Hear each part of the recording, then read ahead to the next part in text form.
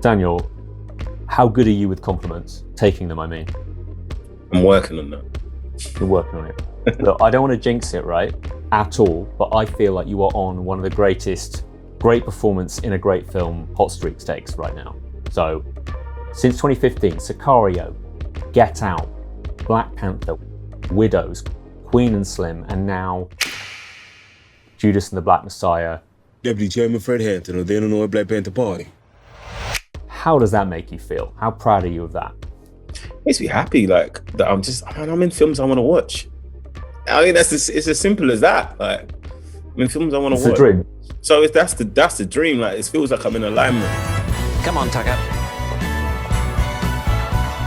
And I mean no shade towards Johnny English too, but I first met you then. I'm not 21 till September, so I'm not really allowed in. Tucker, you're an agent working for Her Majesty's Secret Service. Just act the part. And this is nothing to do with anything, but you were just so much fun. Come on. Put him up. And I just loved seeing how you went. Moving on from that. I just loved it. Hey, no, Johnny English too, man. Listen, that allowed me to be financially stable. Do you know what I'm saying? It's like, it's real, bro. I'm really from real life. Do you know what I'm saying? So in order to get to that side of place, that's why I love Ali and Rowan for allowing me to be a part of that project. You know what I mean? That was a lot for me. That changed my life. And then there's Black Mirror, right?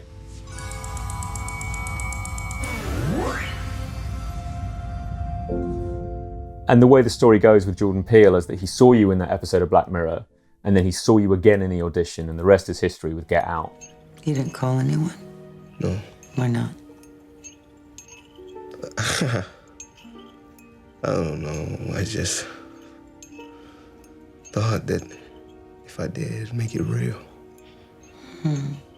But he also tells the story about you being able to cry on cue. Is that one of your CV, I can do this, I can cry on cue? No, I did practice it though. I remember I always kind of prepare myself because I didn't want to get caught slipping on set. You know what I'm saying? I didn't want to have to and be frustrated in myself and be in my head. I always want to go approach scenes knowing I can. You know what I'm saying? And going, I can do this. I mean, so I used to practice at home, getting in myself in that space. But I think a lot of the times, if the script is written honestly, then it does the work for you. You kind of can't do anything else. Do you know what I mean? And I think Jordan's writing, his director's incredible, but his writing is so amazing. Do you know what I mean? So it's that thing, like, it just, sometimes you got to say the words and everything happens. And that movie very nearly ruins tea for me. Like, if I hear spoons being, swirled around the inside of a cup, I'm triggered. I'm imagining you're the same. Yeah, I stay away from tea sometimes. Just to be on the safe side.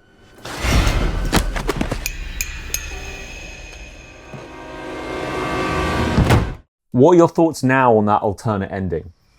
It's one of the biggest lessons I've learned in my career, in sense of the difference between, is this expression or is this service? Hands! Show me your hands! Is this expression or is this connection? And then it's something like, I remember I was in an expression mind state with Get Out, going, yeah, this is the truth, this is the truth, this is the truth. And then they changed the ending, and me and John were like, he was kind of disappointed to change the ending, but he was changing the ending. And then the reaction of it, I was like, it's not about how we feel. I stopped it, I stopped it. It can be about what someone feels. It's art, you can do what you want. But I realized I prefer connection and I prefer service than just plain expression. Basically, expression through service and connection. And when Get Out was a thing, and I know it definitely was a thing for you, of course, who were the biggest, most ridiculously famous names that were just strolling up to you and just falling over themselves to say how much they loved the film? There's so many. Denzel coming up to me.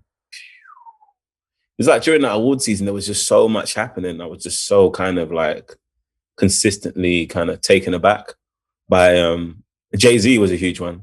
Jay-Z was insane. Jay-Z came up to me and just peace God, peace God. Yeah, he hit me with that one. And it's just that was insane. Yeah, I would forget to respond. I just my life. No, I wouldn't forget. No, it was bigger than me, bro. It's bigger than me, man. Bigger than me. I couldn't sit like that. I had to like firm up and say, "Yo, what's happening?" You know what I mean? When you were shooting those sunken place, black background wirework scenes, did they prepare you at all for the likes of riding an armored rhino on this multi-million-dollar massive stunt set piece spectacular that is Black Panther? Yeah, no, it did prepare me. It did prepare me. But Black Panther was a really fascinating experience in that sense. I loved it because I wanted to know what those kinds of films, how those kinds of films are made, and to do that on something that's so culturally impactful, and then work with someone incredible like Ryan Coogler. Okay. It's just a blessing. Do you kill him where he stands, or you bring him back to us? You have my word. I will bring him back. And you had the Get Out fame increase, but I imagine after Black Panther, it was like even higher, even bigger.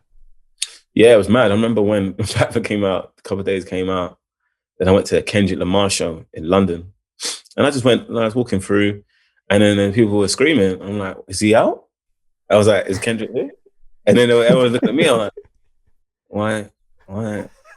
Oh, Black Panther's out.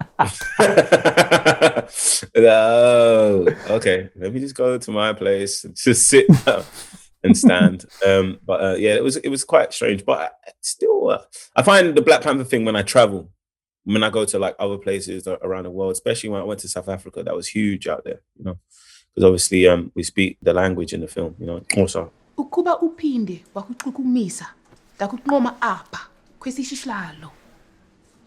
Does she speak English? When she wants to. So that was a big thing when I went out into South Africa. I pledge allegiance to my black people. I pledge to develop my mind and body to the greatest extent possible. Judas and the Black Messiah, like we had a couple of very memorable scenes with Keith and Get Out. Get out. Sorry, man. And now you've got a whole movie. You ain't tell me it was gonna be like this. These ain't no terrorists. And forgive me for such a direct question, but could you just talk to me about playing Fred Hampton? You know, 21 years old and did so much. An honor, I'm sure, a privilege to play him. Yeah, it was a blessing to be a vessel for a man as great as him. It's not a question of violence or non-violence. It's a question of resistance to fascism or non-existence within fascism. And it was a tall order. Like I had to like be my tallest self in order to kind of occupy that space. You can murder a liberator, but you can't murder liberation. And inhabit those words. You can murder a revolutionary, but you can't murder revolution. And inhabit those mindsets. And you can murder a freedom fighter, but you can't murder freedom. And it was just every day, showing up every day, every hour. I mean, like one of my favorite saying is, drop by drop a river is formed. So you got to show up every day, and you know what I'm saying, and see what flows. I loved your body language, like that kind of slouch that you begin with, and then you burst onto the stage and you say, I don't need a mic. And I just love that stuff. But there must have been moments when you think, I'm speaking to this dozens and dozens of extras. If I fluff this line, it's Mr. Oscar nominated. And you just caught out, right? You know what it is? I actually got that from Paul Whitehouse. Paul Whitehouse. I'm a huge fan of Paul Whitehouse, like as a kid though. So I remember I started working with him. I did Harry and Paul. Good morning, Parking Patawaya. It's a lovely day for ticketing hard-working people, isn't it? Here comes Roofer Ronnie. You shouldn't have given me this ticket, he says. And he would mess up his lines. And he'd be like, yeah, cool. Yeah, do it again. And I was just like, wow, like you don't have to be perfect. Was your mum at least a bit more impressed with this American accent than in Get Out?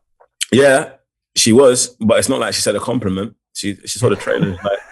She saw the trailer. It's like, you sound American. I was like, well, yeah. So that's the biggest compliment. That's it. She's like, you sound American. I was like, yeah. So, mission accomplished, Mum. But what would you say have been your most surreal, is this really happening moments in your career so far? Because if you search Daniel Kaluuya on YouTube, there's Jim Carrey singing a song to you. And I'm thinking, that's got to be one of them. It is surreal. You know why it's surreal? Jim Carrey singing that song. Daniel Kaluuya, Daniel Kaluuya. Is because, like, I went to a Catholic school, yeah?